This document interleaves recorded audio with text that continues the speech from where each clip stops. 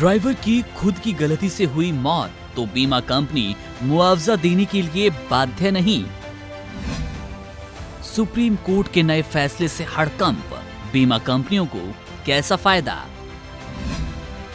जाने आपको कब मिलेगा मुआवजा, कब रहेंगे खाली हाथ। सुप्रीम कोर्ट द्वारा हाल ही में दिए गए एक फैसले में यह स्पष्ट कर दिया गया कि यदि किसी व्यक्ति की मौत उसकी खुद की लापरवाही या तेज रफ्तार वाहन के चलाने से होती है तो बीमा कंपनी उस स्थिति में मुआवजा देने के लिए बाध्य नहीं होगी। ये फैसला उन लोगों के लिए एक सख्त चेतावनी है जो स्टंट करने, ट्रैफिक नियम तोड़ने या लापरवाही से गाड़ी चलाने का काम करते हैं, इसे सामान्य मानते हैं। इस केस में मृतक NS रविश थे, जो कि कर्नाटक के मल्लासांद्रा गांव से आर्सिकेरे शहर जा रहे थे।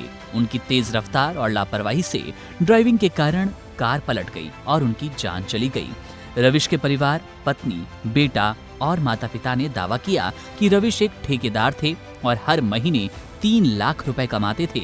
इसी आधार पर उन्होंने यूनाइटेड इंडिया इंश्योरेंस कंपनी से 80 लाख रुपए मुआवजा मांगा। हालांकि पुलिस जांच और चार्जशीट में ये स्पष्ट रूप से कहा गया कि हादसा रविश की खुद की गलती, तेज रफ्तार और लापरवाही के कारण हुआ।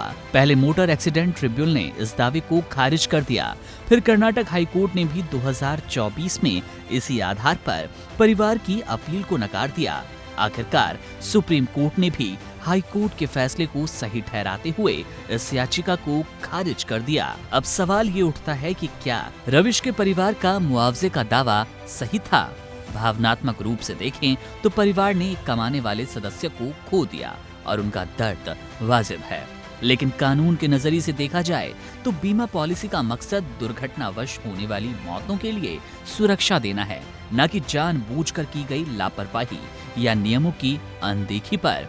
इसीलिए बीमा कंपनी पर मुआवजे की कोई बाध्यता नहीं बनती। इस फैसले के बाद एक और बड़ा सवाल ये उठता है कि यदि भविष्य में किसी की मौत जेन्युइन तरीके से, यानी कि बिना किसी लापरवाही, ओवर स्पीडिंग या फिर कानून के उल्लंघन के बिना होती है, ड्राइवर की कोई गलती ना हो और तीसरा व्यक्ति या कोई बाहरी कारण जिम्मेदार हो, तो उस स्थिति की पहचान की कैसे जाएगी? क्या बीमा कंपनियां हर बार ये कहकर मुआवजा देने से बच जाएगी कि ड्राइवर की गलती थी?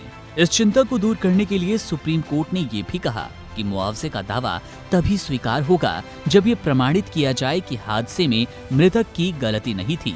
ऐसे मामलों में पुलिस रिपोर्ट, चार्जशीट, गवाहों के बयान और दुर्घटना की परिस्थितियों का विश्लेषण किया जाएगा। बीमा कंपनियों की मनमानी को रोकने के लिए कोर्ट ने ये जिम्मेदारी ट्रिब्यूनल और उच्च न्यायालयों पर छोड़ी है कि वे तथ्यों और सबूतों के आधार पर अपना फैसला सुनाएं। यह फैसला न केवल बीमा दावों में पारदर्शिता लाने की कोशिश है, बल्कि एक सामाजिक संदेश भी है कि लापरवाही की कीमत सिर्फ जान नहीं, बल्कि कानूनी सहायता और मुआवजे से भी चुकानी पड़ेगी। सड़क पर सुरक्षा और जिम्मेदारी अब सिर्फ नियम नहीं, जीवन का अभिन्न हिस्सा बन गई है। Subscribe to One India and never miss an update. Download the One India app now.